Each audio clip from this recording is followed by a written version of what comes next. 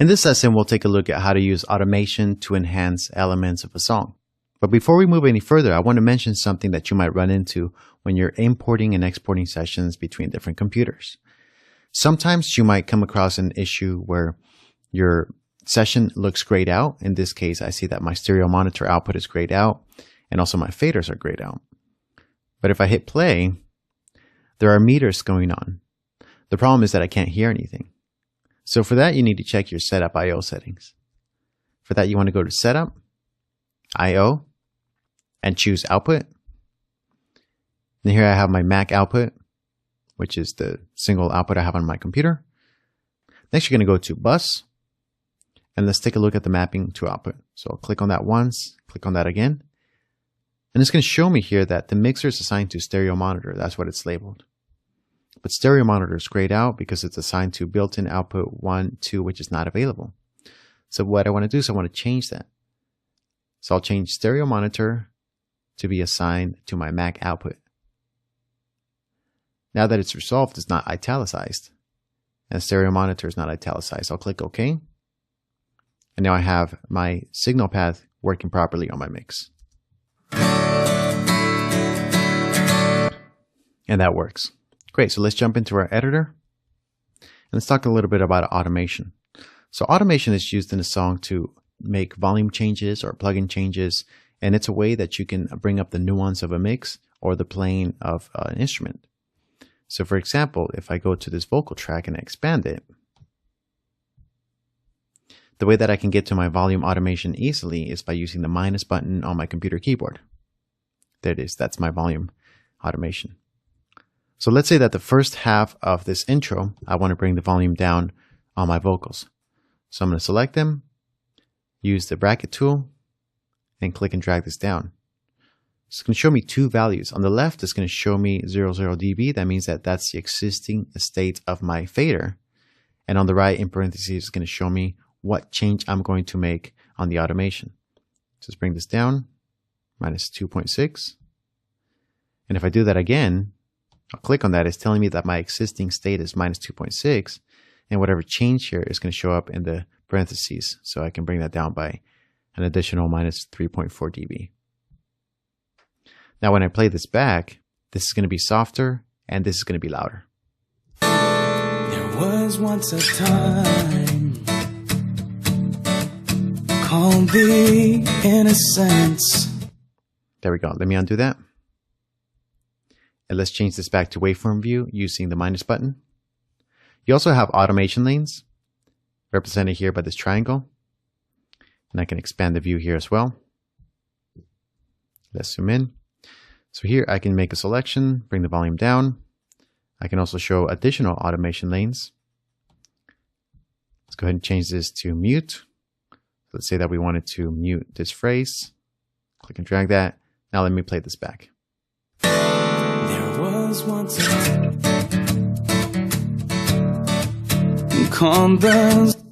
So in this first phrase, the volume is down, and on this particular word, it muted the track. So that's how that works. Let me undo that.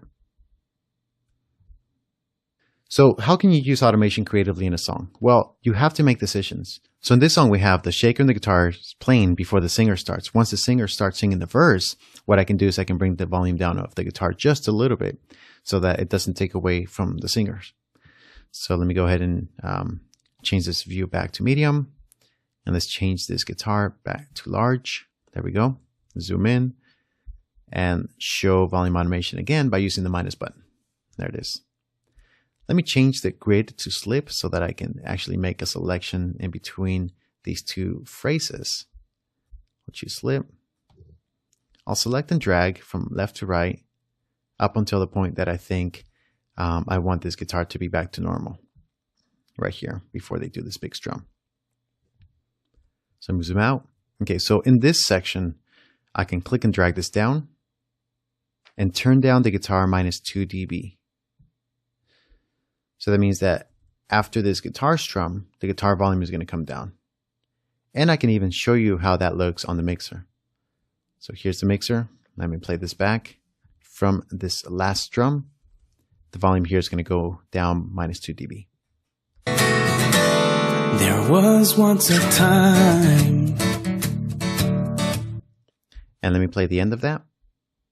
So once it finishes this section, it's going to go back to the regular strum, and it's going to go back to 0 dB. Here we go. Seems so big. And okay, good. So that's one way that you can use automation. Another thing that you can automate is plugins. So let's show our inserts A through E, and let's put a new plugin here. We'll go to the Air Music Technology folder and choose Air Vintage Filter. Okay, on this plugin, we're going to bring the resonance all the way down, and we're going to put this cutoff at around 10 kilohertz. There it is, 10 kilohertz. And the reason we're doing this is because in this section of the song, not only do I want to bring the guitars down a little bit in volume, but I also want to make them less bright. And so for that, I'm using a cutoff filter at 10 kilohertz. So it's going to take all the clankiness and all the string noise down from the guitar so that it doesn't sound so bright. And let me play that for you before and after. So this is just soloing the guitar with the plugin bypassed. So you hear a lot of strumming, it's really bright, really present. Now let me enable the plugin, and this is cutting off the frequencies at 10 kilohertz. Again, before and after. Okay, so I only want this plugin to kick in on the first verse. I don't want it to be on the entire song. So to enable plugin automation here on the bypass button, I'm going to use Control-Option-Command. I'm going to click on this button, and it's going to give me an option to enable automation for master bypass. So I'm going to select that. It's going to change the color to green. Now to show this button on the timeline, I'm going to choose Control-Command and click on it. It's going to change the automation to right here, which is Air Vintage Filter Master Bypass. In fact, I can do that with any parameter. Let's say I wanted to adjust the cutoff. Again, Control-Option-Command, click, enable automation for cutoff. Then I choose Control-Command, click on that button, and it's going to show up here on the automation lane. So I can toggle between master bypass and cutoff. There we go. So at this point, let's show our multiple automation lanes, which is going to be the volume, displayed here below. And here on top is going to be the master bypass. So as I mentioned, I don't want this plugin to be on the entire time. In fact, I want it to be bypassed for the entire song, but only in this section of the song do I want it to kick on. So I'm going to make a selection. We can zoom in. And let's bring this out a little bit more to about there. Okay. So in this section, I want the plugin to kick in. So for that, I'm going to make a selection. I'm going to use the bracket tool, click and drag that down. And you can see that if I hover my cursor here, the plugin is on. But if I put my cursor before that, the plugin is off. So let's listen to that now. there was once a time, called the simple days. So now when the verse kicks in, then the guitars go down in volume a little bit and they become less bright.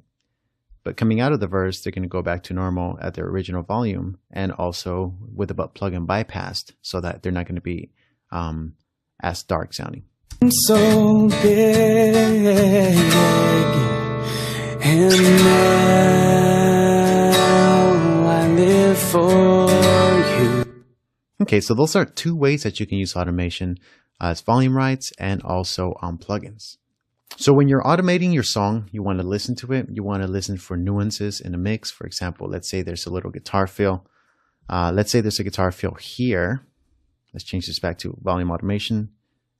There we go. Let's say there's a guitar fill here, and I want to bring that up. So I would just make a selection, click and drag that, bring it up by 2 dB or 3 dB, play that back, listen to it, see if it sounds good, if it feels good, and I would keep that, and I would move on to the next section.